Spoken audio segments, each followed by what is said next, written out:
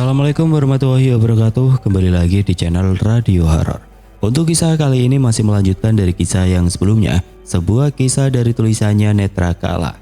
Kisah yang berjudul Di Perbatasan Maut. Dan sebelum kita lanjut ke ceritanya, tekan dulu tombol like video ini dan jangan lupa tekan juga tombol subscribe channel ini. Nyalakan juga lonceng notifikasinya agar tidak ketinggalan cerita-cerita lainnya dari channel ini. Dan buat teman-teman yang pengen membaca langsung ceritanya, nanti silakan saja kunjungi linknya yang nanti akan saya sertakan di kolom deskripsi. Dan seperti apa untuk kelanjutan dari kisah ini? Langsung saja kita masuk ke ceritanya.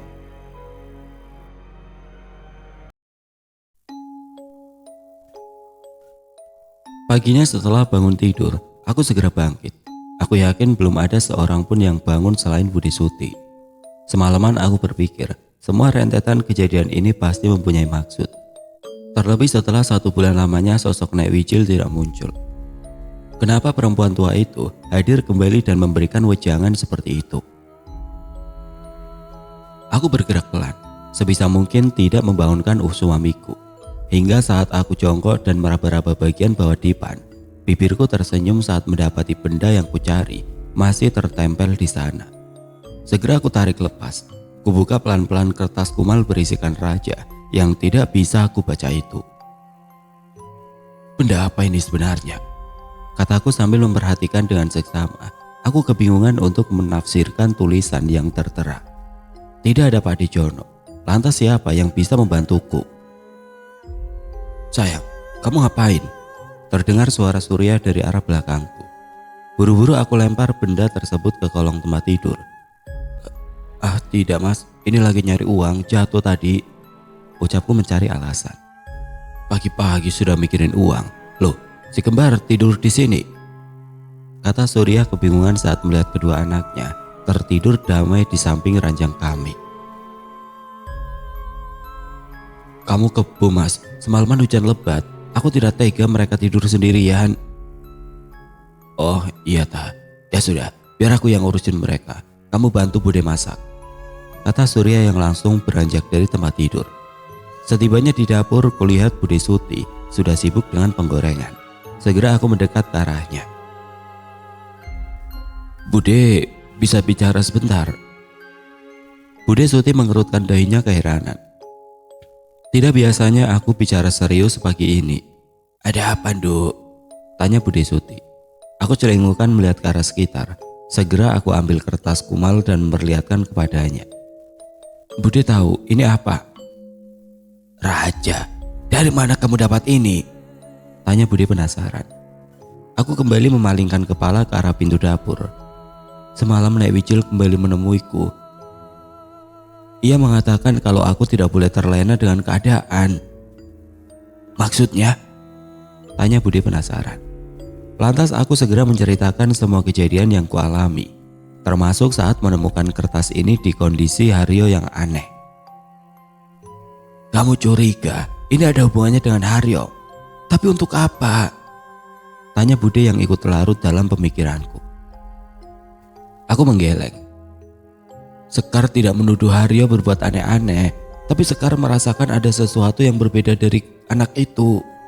Aneh seperti apa? Bude tidak melihat sesuatu yang ganjil, Sekar. Bude pikir kamu terbawa suasana dengan kehadiran ibu. Bisa saja penafsiranmu salah. Aku spontan tersenyum, teringat dengan kalimat Pak Dijono waktu itu yang memintaku untuk bersikap biasa saja. Malah senyum-senyum, kata Bude Suti menegurku. Enggak apa-apa Bude, ya sudah, kita lanjutkan masaknya. Sekar minta Bude jangan cerita sama siapapun ya, terutama Mas Surya. Bude Suti mengangguk tersenyum, mengiyakan permintaanku. Siangnya aku perhatikan sikap Haryo. Sesekali aku lihat tatapannya yang terus mengarah ke suamiku. Bahkan sikap gilanya seolah muncul kembali seperti sedia kala. Bahagia banget, barusan dapat jatah kamu Har? Tanya Surya. Memangnya boleh mas, kalau boleh malam ini biar Ambar tidur di sini? Jawab Haryo penuh harap. Boleh, tapi nanti kamu tidur di bangunan belakang. Mulutmu bagai aroma bunga kamboja, sama rubak wangi di awal, ujungnya bau bangkai, gerutu Haryo. Aku yang mendengar itu tersedak, membuat minuman yang baru saja meluncur di tenggorokan tersembur mengenai muka Haryo. Dulu aku dapat tomat, sekarang dapat jus jigong. Istrimu punya dendam apa sama aku, Mas?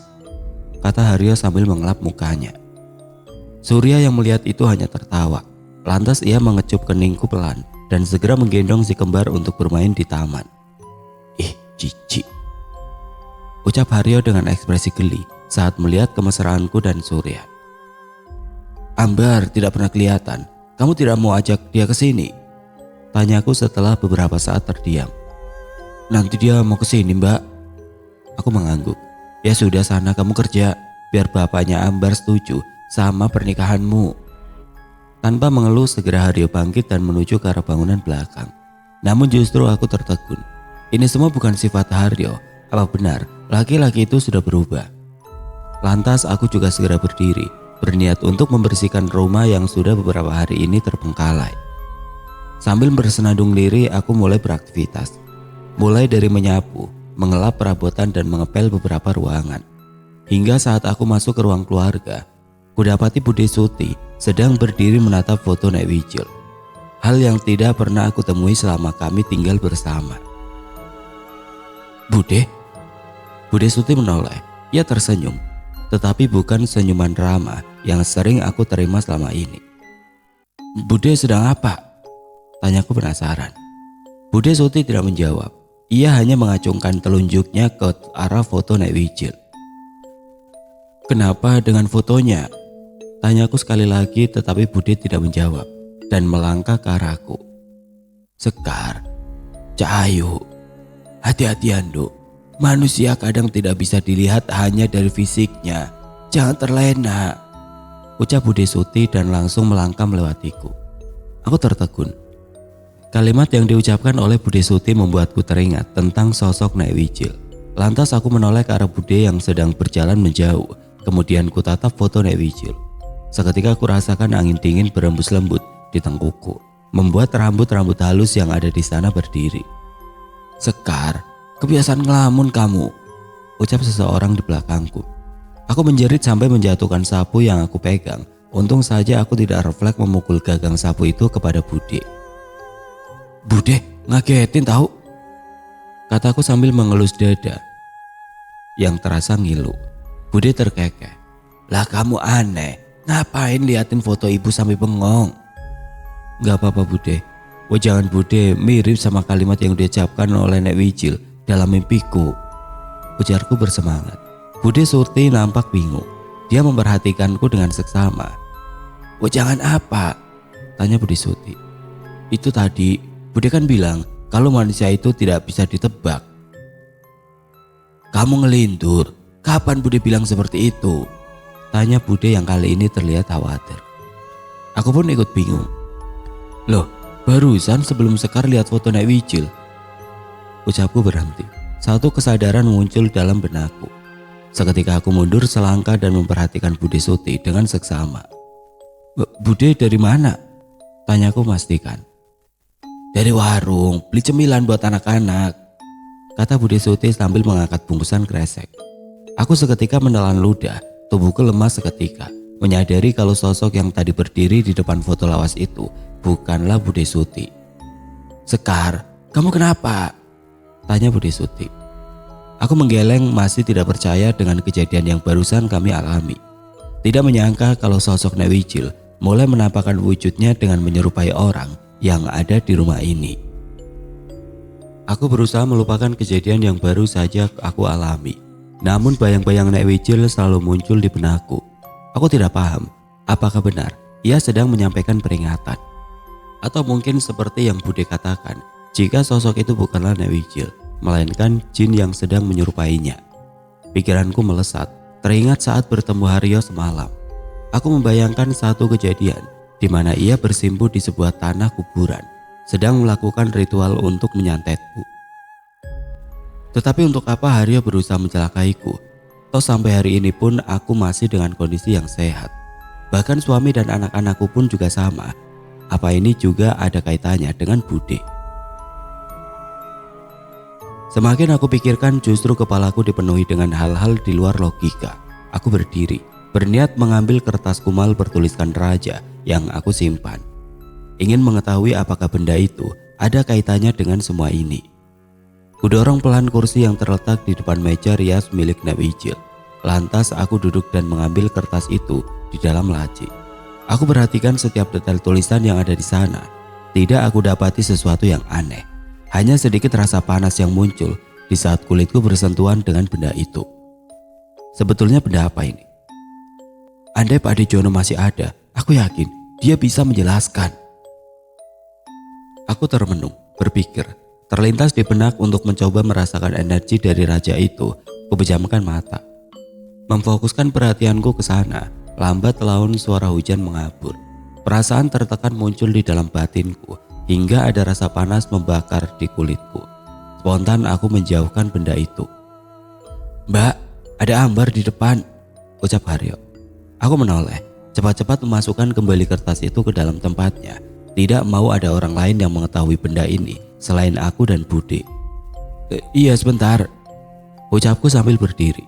Belum sempat aku melangkah, ada yang membuatku tertegun.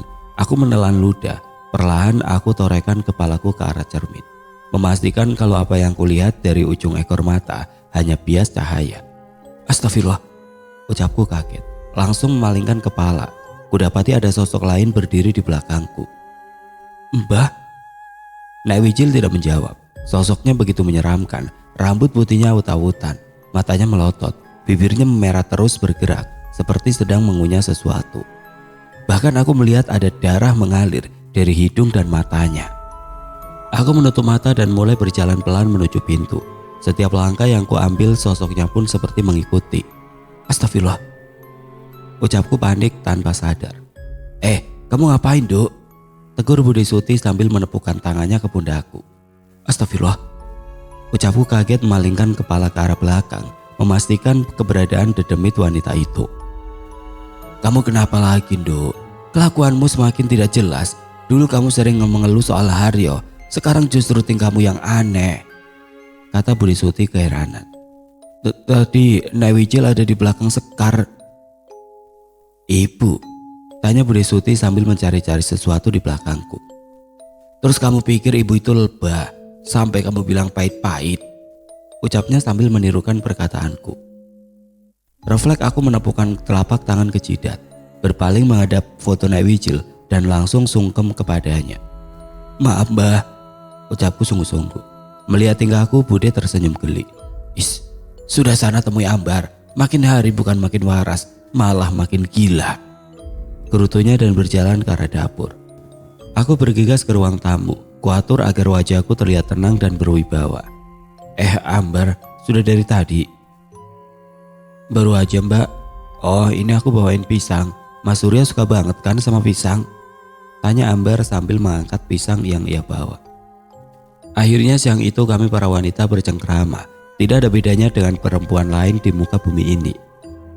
Hanya butuh waktu 5 menit setelah saling menanyakan kabar, obrolan pun berubah menjadi tertukar gosip. Sorenya setelah kepulangan Ambar, aku berniat memanggil Surya. Aku perhatikan suamiku dan Haryo masih sibuk di depan bangunan belakang. Padahal maghrib hampir tiba. "Mas, istirahat dulu, sudah maghrib," teriakku dari arah dapur. Surya menoleh, memberikan gestur mengangkat kedua jempolnya. Lantas ia masuk ke dalam bangunan. "Duk, masuk dulu, sudah hampir maghrib." Aku mengangguk, namun tidak langsung masuk ke dalam rumah. Ingin rasanya menyambut suamiku setelah seharian bekerja. Beberapa menit menunggu, namun Mas Surya tidak kunjung muncul. "Biasaan, dibilang suruh istirahat," ucapku jengkel. "Mas," panggilku lagi, namun tidak ada jawaban. Menghela nafas, aku berpaling dan masuk ke dalam rumah. Saat menutup pintu dapur, aku mendapati Bude sedang jongkok di ujung ruangan. "Bude, lagi apa?" tanyaku hati-hati. Takut jika sosok yang ada di depanku bukanlah Budi Suti. "Iki lho, Nduk. Makanan busuk seperti ini, ya tidak usah dimakan," jawab Bude tanpa memalingkan wajah. "Makanan apa toh Bude? Tadi Sekar sudah panasin semua kok." Bude Suti berdiri dan menatapku. Kulihat raut wajahnya kemerahan, seperti menahan amarah. "Wis tak buang, Nduk," ucap Bude Suti sambil menunjuk ke arah tong sampah. Aku berjalan mendekat, ingin tahu apa yang dibuang oleh Budi Suti. Loh, itu bukannya dari Ambar? Tanyaku kebingungan. Sudah, tidak apa-apa, besok beli lagi, ucap Budi Suti dan langsung berjalan keluar menuju bangunan belakang. Aku tidak menjawab, berpikir kalau kelakuan Budi Suti tidak seperti biasanya. Apa itu Nek Wijil? Kataku dalam hati. Aku terus memperhatikan Budi Suti sampai masuk ke dalam bangunan belakang. Beberapa saat kemudian perempuan itu keluar bersama Mas Surya dan Haryo. Aku mengerang lega, berarti memang benar itu Budi Suti. Aku hendak menuju ke kamar namun hidungku menangkap aroma tidak sedap. Mengendus-ngendus udara sekitar, ternyata bau itu berasal dari aroma tong sampah. Kuperhatikan pisang itu sudah dikuliti. Semua terlihat segar, tidak ada satupun pisang yang busuk. Tapi kenapa Bude membuangnya? Apa karena bau busuk ini? Aku hendak mengambil satu pisang untuk aku amati. Tanganku sudah terulur, namun ada suara dari belakangku. Sudah maghrib, temani dulu anak-anak kamu. Aku memekik, spontan menoleh ke arah belakang. Ternyata itu adalah Budi Suti yang kini sudah berjalan menjauh. Meskipun merasa ada yang aneh, aku segera membungkus tong sampah dengan kantong kresek hitam. Tidak mau Haryo salah mengira dan terjadi keributan nantinya. Malamnya aku berbaring di sebelah Mas Surya. Aku pandangi wajah tampannya. Ada apa, Dek? Tanya Mas Surya yang ternyata belum tidur. Kamu ganteng, Mas. Ada maunya ini pasti. Mau belanja? Aku menggeleng. Sudah lebih dari cukup. Bahkan sekarang aku tidak perlu lagi berpikir besok mau makan apa. Ternyata kamu punya bakat bisnis ya. Kenapa tidak sedari dulu, Mas? Surya terkekeh geli. Ia mengelus kepalaku lembut. Mungkin baru sekarang waktu yang tepat. Bukannya setiap kejadian pasti ada hikmahnya. Aku tertegun. Benar kata suamiku. Semua kejadian pasti memiliki hikmah di baliknya. Aku mulai memikirkan setiap wejangan yang diberikan oleh Nek Wijil yang sampai saat ini belum bisa aku temukan artinya. Dek, kalau nanti Mas pergi duluan, jaga anak-anak, rawat dan besarkan mereka dengan baik ya. Ucap Mas Surya membuyarkan lamunanku. Jangan ngomong sembarangan. Kalaupun nanti sudah waktunya meninggal, aku pengen kita meninggal bersamaan. Jujur saja aku merasa tidak enak dengan ucapan suamiku. Memangnya kalau dia meninggal duluan, aku bisa hidup tenang. Terus kalau kita meninggalnya bareng, siapa yang membesarkan si kembar? Sudah Mas, kamu ini malah ngelantur. Surya terkekeh. Segera ia mendekapku erat, menyalurkan rasa cintanya. Ia mulai mencium leherku, membuatku menggeliat merasa geli. Bentar Mas, aku mau ke toilet dulu, ucapku mendorong pelan Mas Surya. Laki-laki itu mendecakkan lidah, namun ia tetap bergeser memberiku ruang. Lantas aku bangkit dan segera pergi ke kamar mandi. Aku tahu Surya bisa uring-uringan kalau hasratnya tertunda. Saat sudah di dekat toilet, aku hendak menghidupkan lampu, tapi kuurungkan. Mataku menangkap satu sosok sedang berjongkok tidak jauh dari bangunan belakang. Aryo ngapain? Tanyaku sambil memincingkan mata, memastikan kalau aku tidak salah lihat. Ingin aku menghampirinya mengetahui apa yang sedang ia lakukan. Namun saat hendak membuka pintu, kulihat laki-laki itu sudah berdiri. Aku bergegas bergerak ke samping, berdiri di sudut dekat kulkas agar Haryo tidak melihat keberadaanku. Aku menunggu beberapa saat sampai suara pintu dapur terbuka dan sosoknya masuk ke dalam kamarnya. Celingukan memastikan keadaan aman. Aku bergegas keluar rumah dan berjalan cepat ke arah di mana Haryo jongkok tadi. Kuperhatikan ke sekitaran, namun tidak aku temukan sesuatu yang aneh. Semak-semak masih terlihat rapi, bahkan tidak ada bekas galian atau apapun. Aneh, ngapain si Haryo? Aku berniat untuk kembali ke dalam rumah, namun tatapanku tertuju pada satu benda. Sebuah pot besar yang sedikit bergeser dari tempatnya. Sekali lagi aku melihat sekitaran. Dirasa aman, aku menggeser pot tersebut. Jantungku mulai berdetak kencang. Saat mendapati ada sesuatu yang dibungkus dengan plastik bening, tanganku bergerak, berniat untuk mengambil benda tersebut. Meskipun ada keraguan, nekat aku menyentuhnya. Seketika tanganku terbakar hebat. Kutarik tanganku cepat, telingaku berdenging kuat. Embusan angin tiba-tiba saja hadir. Sekarang aku lihat banyak cahaya kemerahan sebesar kelereng muncul dari semak-semak. Ketakutan. Aku bergeser kembali menarik pot ke tempat semula dan segera berlari menuju ke arah rumah. Sesekali aku melihat ke belakang dan betapa terkejutnya diriku ada sosok hitam berdiri di sisi pot itu. Sesampainya di depan pintu dapur, aku bergegas masuk. Dalam temaram lampu, kulihat Bude Suti berdiri membungkungiku sambil mengaduk-aduk gelas. "Bude," ucapku, berharap ia tidak melihat kelakuanku tadi. "Aja sembrono. Kalau tidak mau celaka," ucapnya dan langsung berjalan keluar tanpa membawa gelas yang ia aduk sebelumnya. Aku mematung, meresapi kalimat yang diucapkan olehnya. Apa Bude Suti mengetahui sesuatu? Aku yakin perkataannya mempunyai pesan tersirat. "Sakit perut?" tanya Surya saat aku sudah sampai di dalam kamar. "Iya, susah banget keluarnya." Tidak menjawab, Surya hanya menepukkan tangannya ke kasur, memintaku untuk segera naik ke tempat tidur. Pagi itu suasana berkabut. Udara begitu dingin. Si kembar masih meringkuk di ranjang mereka. Aku dan Surya menikmati momen ini dengan membuat secangkir kopi sambil ngobrol di depan teras dapur. Aneh gimana? Sikap Haryos dari kemarin tidak ada yang berubah. Ya mungkin dia sedikit lebih dewasa sekarang, ucap Surya saat aku menyampaikan kegelisahan tentang adiknya itu. "Tapi aneh gak sih mas? Dia kan orangnya tidak bisa diatur, tapi sekarang sama kamu aja nurut banget." "Kamu curiga kalau Haryos sedang merencanakan sesuatu. Sekar, aku tahu kamu tidak suka dengan dia, tapi aku yakin kalau Haryos tidak akan berbuat aneh-aneh. Mungkin dia sedang fokus agar bisa menikahi Ambar secepatnya." Aku tidak puas dengan jawaban suamiku. Mungkin ia menyadari kalau perasaanku sedang tidak baik. Lantas ia memeluk dan mencium dahiku lembut. "Kalau ada orang yang mau menyakitimu atau keluarga kita, kupastikan aku yang akan melindungi kalian walau nyawa taruhannya." Aku tersenyum. Segera aku balas pelukannya. Aku tidak bisa menceritakan semua yang kulihat kepadanya. Selain tidak mau membebani pikirannya, aku takut memicu keributan di rumah ini. Setidaknya aku harus menemukan bukti logis terlebih dahulu.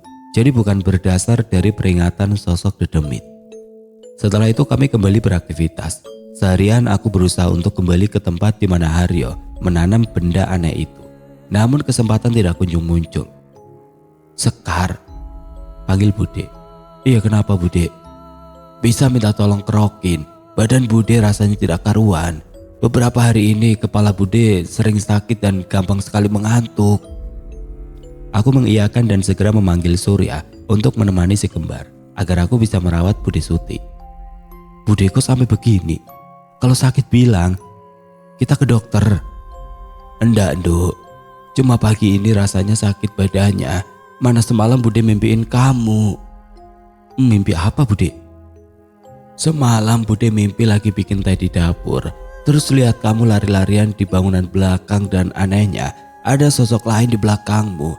Pas Bude tanya, kamu cuma diam. Terus Bude kebangun dengan badan pegel semua."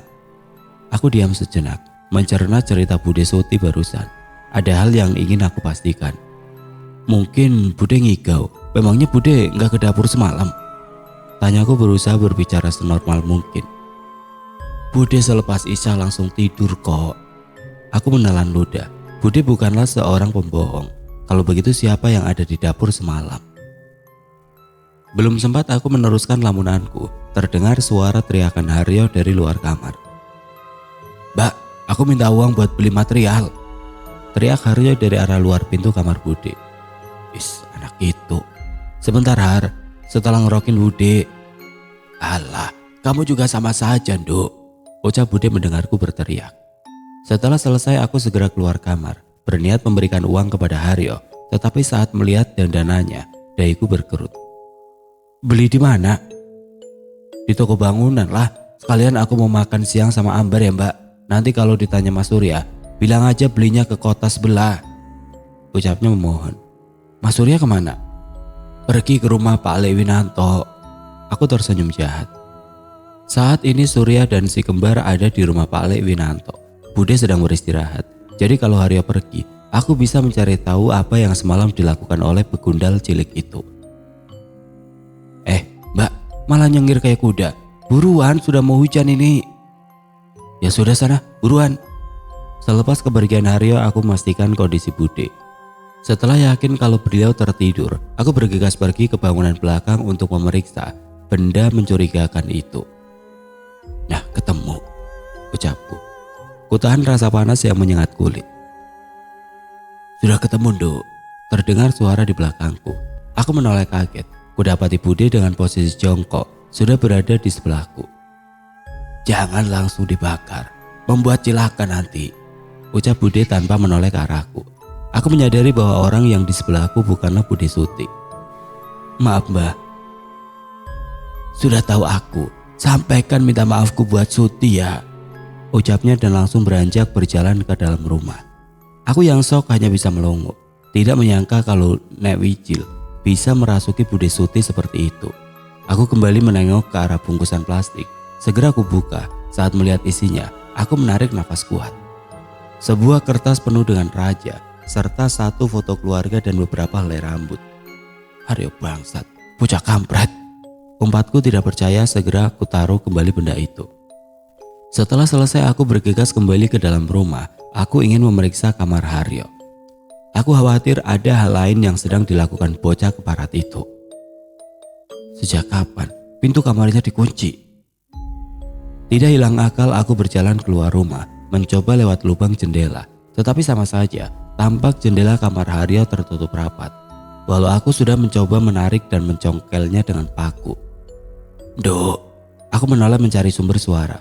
Kulihat Bude Suti sedang berdiri di ambang jendela kamarnya. Tolong kursiku ditaruh di kamar ini ya, kalau kamu mau pakai kamar Simba, ucapnya yang langsung berbalik dan berjalan ke arah ranjang. Bulu romaku berdiri kuat. Apa benar itu sosok Nek Wijil atau Bude Suti sedang mengerjaiku?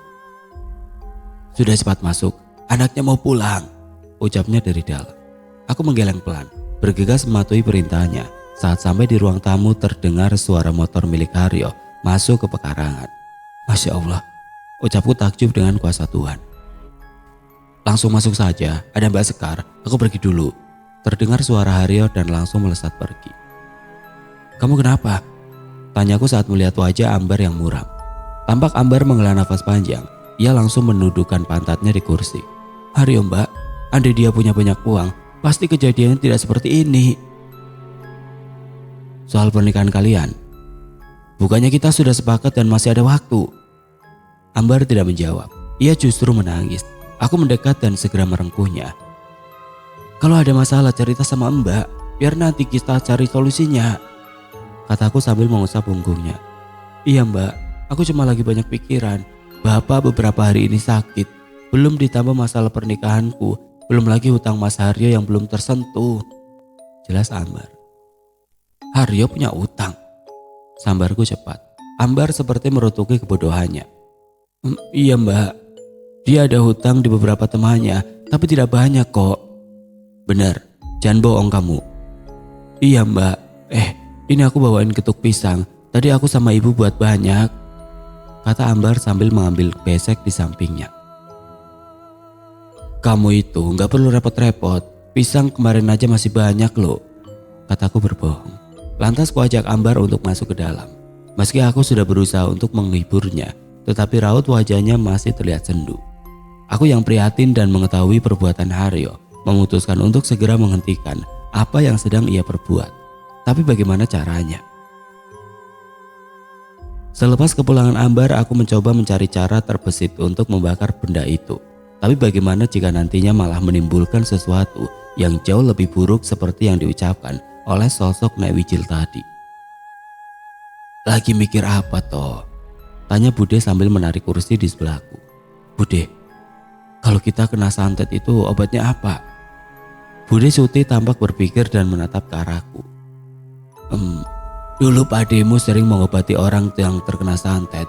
Dia tidak pernah pakai sesajen. Tapi Bude juga tidak tahu bagaimana caranya. Memangnya siapa yang kena santet? Enggak Bude, cuma pengen tahu saja. Kalau kesurupan, Bude tahu cara ngilangin dedemitnya. Lanjutku penasaran.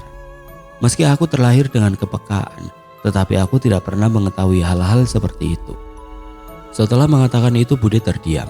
Sorot matanya menjadi kosong. Bahkan aku merasakan ada sesuatu yang bergerak di belakangku, membuat bulu kuduku meremang. Tidak usah dipikirkan, Duk. Aku tidak akan mencelakai anak ini, ucap Bude. Lantas ia berjalan ke arah kulkas, mengambil makanan yang tadi dibawakan Ambar dan segera memakannya dengan lahap. "Bude," ucapku terkesima saat melihat wanita itu memakan hampir semua makanan itu dengan cara yang beringas. "Enak, Dok. Maaf aku habiskan," ucap Bude dan langsung melangkah pergi. Aku yang melongo tidak bisa berbuat apa-apa, bahkan untuk sekedar menggeser kaki pun aku tidak sanggup. Yang aku tahu itu bukanlah sosok Budi Suti. Selepas itu aku beranjak menuju kamar. Kudapati Surya yang sedang membaca Al-Quran di samping si kembar. Suaranya begitu merdu membuatku terhanyut. "Kok berhenti?" tanyaku saat ia berhenti mengaji. "Sini," ucapnya sambil menepuk lantai di sampingnya. Aku yang paham segera mengambil air wudhu dan ikut mengaji bersamanya. "Shadaqallahul adzim," ucap Surya mengakhiri. Lantas ia berdoa dan meniup ubun-ubunku 3 kali. Ini hal yang selalu ia lakukan. Katanya dengan cara seperti ini ia ridho dengan diriku sebagai istri. "Mas, ada yang ingin aku sampaikan." "Iya, kenapa?" tanya Surya mengerutkan dahinya. "Tadi siang..." Dadak. Jendela kamar tiba-tiba saja terbuka keras, seperti ada yang mendorongnya dari luar. Seketika angin berembus masuk ke dalam kamar dengan sangat kuat. "Sebentar," kata Surya. Ia bangkit berjalan ke arah jendela, kepalanya celingukan melihat keluar. Lalu menutup jendela itu. "Aneh, padahal tadi sudah aku kunci. Tadi siang, kenapa, Dek?" Aku tidak menjawab. Pandanganku masih mengarah ke jendela. Kulihat sesaat sebelum suamiku menutup daun jendela itu, ada sosok Nek Wijil di sana. Ia menggelengkan kepala dengan wajah muram. "Dek," tegur Surya. Itu, tadi siang aku kangen sama kamu." Surya terkekeh. Ia berjalan ke arahku dan langsung menggendongku ke arah kasur. Kataku takut. Namun aku hanya bisa pasrah. Selanjutnya aku hanya bisa menerima perlakuannya. Suara batuk Surya tidak henti-hentinya malam itu. Aku bangun melihat kondisinya. Kulihat wajahnya tampak pucat. Keningnya berkeringat. Kelopak matanya terpejam. Tapi bola matanya bergerak-gerak ke kanan dan ke kiri. "Astagfirullah, panas banget, Mas," ucapku saat menyentuh dahinya. Aku segera mengambil handuk dan air hangat untuk mengompresnya. "Kok tiba-tiba sakit, Mas?" ucapku khawatir ketika menaruh handuk kecil di keningnya. "Mungkin kecapean, besok juga sudah sembuh. Kerjaan masih banyak," kata Surya parau. "Sudah, jangan dipikirkan dulu kerjaanmu itu." Semalam aku mengurus suamiku.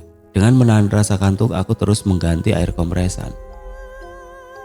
Beberapa kali ia mengigau, seperti sedang ketakutan dikejar sesuatu. Bahkan sesekali aku mendengar geraman dari luar kamar. Hingga sampai pukul 4 pagi aku tidak bisa menahan kantuk. Mengerjap aku meraba-raba sekitaran. Kubuka mata mencari sosok Surya yang sudah tidak ada. Buru-buru aku beranjak dan benar saja Surya sedang bermain dengan si kembar. Keduanya sudah mandi. Bahkan aku melihat selemek makanan masih terikat di leher mereka. "Kok aku gak dibangunin? Sudah sehat?" tanyaku kepada Surya. "Sudah sehat ini. Tadi gak tega bangunin kamu," jawab Surya sambil mendulang makanan ke mulut Ananta. "Ya sudah, biar aku saja yang lanjutin. Kamu istirahat dulu." Surya mengangguk. Ia menyerahkan mangkuk makanan si kembar. Namun saat kulitku bersentuhan dengannya, kurasakan panas tubuhnya belum mereda. "Kamu beneran sudah sehat?" tanyaku memastikan. "Iya, sudah turun demamnya. Ya sudah, aku lanjutin pekerjaan. Udah dilihatin Haryo itu. Nanti aku mesti pergi ke kota sebelah," jawabnya sambil mengerling ke arah bangunan belakang. Aku mengikuti arah pandangannya. Benar saja aku lihat Haryo sedang berdiri mengamati kami dari depan pintu bangunan itu. Kuperhatikan raut wajah bocah itu tidak bisa dibaca. Namun tidak bisa ia sembunyikan seringai kecil di bibirnya.